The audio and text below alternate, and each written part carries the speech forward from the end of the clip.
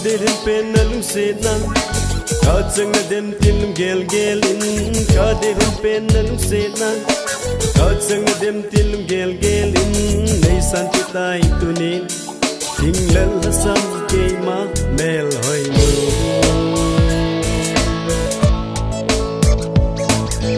Kaderin penalung senang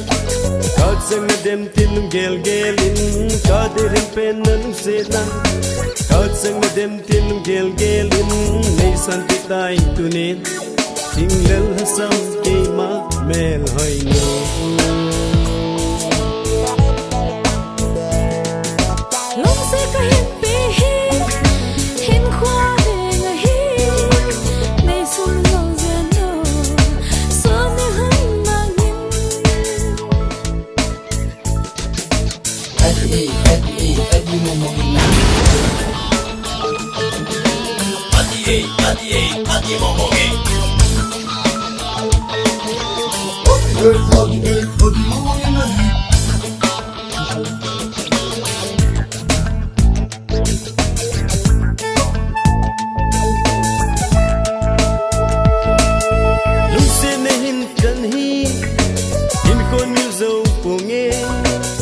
Melting zong mulovin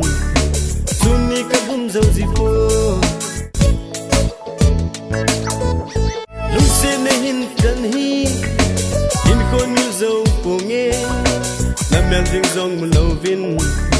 Suni kabum zau zipo Kaderin pen na lung se na Kacang dem tilum gel gelin Kaderin pen na lung se na Kacang dem tilum gel gelin Nei santi tai tunin Tinglal hasam keima mel hoy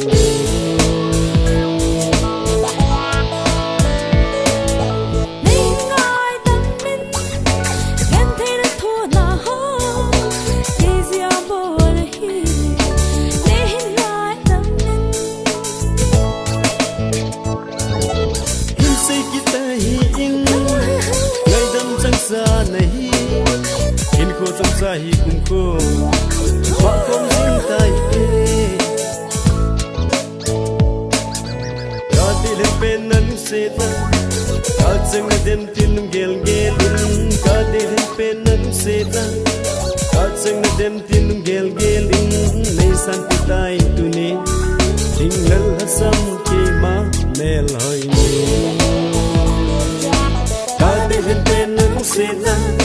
Kacang dem tilum gel gelin Kaderin penalung sena Kacang dem tilum gel gelin Nei santi tai tunin Tinglal hasam keima mel hoy